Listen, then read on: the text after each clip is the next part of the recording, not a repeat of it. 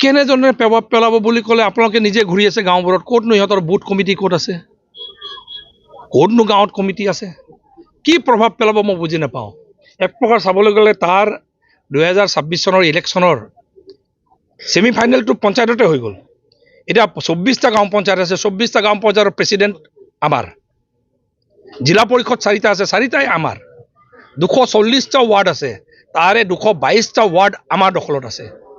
চ' বিৰোধী ক'ত আছে আপোনালোকে নিজে, বিৰোধী ক'ত আছে বুলি ক'লে মোক যদি সোধে, সেই আপোনাৰ জোনাই টাউনত চুলাই ভাটিৰ নিচিনা এটা কংগ্ৰেছ অফিচ আছে, তাতহে বিৰোধী বহে, মাজে মাজে 15জনমান মানুহ বহে, আৰু তাতে সিহঁতে টিকেটটো চবেই টিকেট বিচাৰি থাকে, তাতে সেই অফিচতে টিকেট বিচাৰে আৰু টিকেট বিচাৰে, আকৌ সদায় টিকেট বিচাৰি থাকে, আৰু মিটিং সিহঁতে তাতেই সীমাবদ্ধ। আপুনি চাব কোনো গাঁৱত ক'তো এটা মিটিঙো নাই বিৰোধী, কোনো ৱাৰ্ডত তেখেতসকলৰ প্ৰেজেঞ্চ নাই, কোনো বুথত তেখেতসকলৰ প্ৰেজেঞ্চ নাই।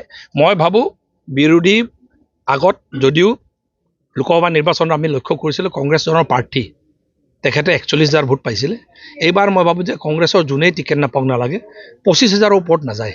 চ' এইকাৰণে এক প্ৰকাৰ চাবলৈ গ'লে জনগণ যেনেকৈ ঐক্যবদ্ধ হৈ আছে চৰকাৰৰ পক্ষত, আৰু আপোনালোকে অলপ আগতে লক্ষ্য কৰিলে মহিলাসকল বিশেষকৈ অসমৰ জনগণ, আৰু জোনাইত যেনেকৈ উন্নয়ন হৈছে, 4 লেনেই হওক, 2 লেন ৰাস্তাই হওক, ভিতৰুৱা ৰাস্তাই হওক, এতিয়া যিখিনি এডিশ্যনেল ফাণ্ড আহিছে 200 কোটিতকৈ অধিক ফাণ্ড আহিছে, এইবোৰ যেতিয়া ৰাস্তাৰ কাম কাজ হ'ব, বানমুক্ত হ'বলৈ গৈ আছে লাহে লাহে, ৰাইজৰ কামবোৰ আগবাঢ়ি গৈ আছে, মই ভাবোঁ যে ইয়াত ৰেকৰ্ড ভোটত আমি জয়যুক্ত হ'বলৈ সক্ষম হ'ম।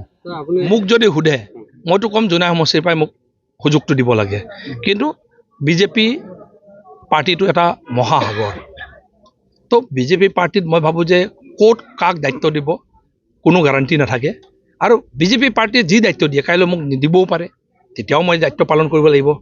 পাৰ্টি বেলেগ দায়িত্ব দিয়ে, মোক যদি দিয়ে মই দায়িত্ব পালন কৰিব লাগিব। মই ভাবোঁ যে এইকাৰণে পাৰ্টিৰ ওপৰত কথা, ইয়াত মোক টিকেট দিব নাই, কিয়নো পাৰ্টিহে টিকেট দিব, মইতো নিজে টিকেটটো ল'ব নোৱাৰোঁ। মোৰ পৰা যদি আপুনি যদি সোধে ক'ত আবেদন কৰিব বুলি ক'লে, মই য'ত ৰাইজৰ লগত মই মিলি আছোঁ, ৰাইজৰ কাম কাজ কৰি আছোঁ, য'ত ৰাইজৰ আন্তৰিকতা পাইছোঁ, মই জোনাইতে আবেদন কৰিম।